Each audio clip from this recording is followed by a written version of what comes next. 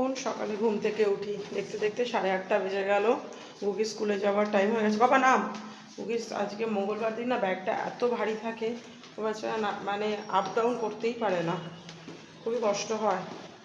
শুধু ওর না, প্রত্যেকটা বাচ্চা প্রচুর ব্যাগ ভারী থাকে। তারপর তার মধ্যে জলের বটল থাকে, দুখানা টিফিন বক্স, মানে আমি যাই হোক তার কাজটা তো করতেই হবে।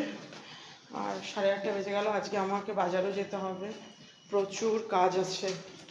চাল আনতে হবে, সব থেকে বড় কথা। চাল বাড়ন্ত মানে এখনো 2 দিন হবে, কিন্তু তবেই আমি এনে রাখি একটু। বাবা তাড়াতাড়ি চল, এত স্লো চললে কি করে হবে।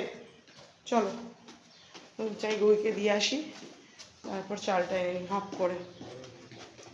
চলো টাটা। চলো, আমার স্কুটি চলে এসছি। চলো টাটা। গুগি চলো বাইরে দাঁড়াও। টাটা।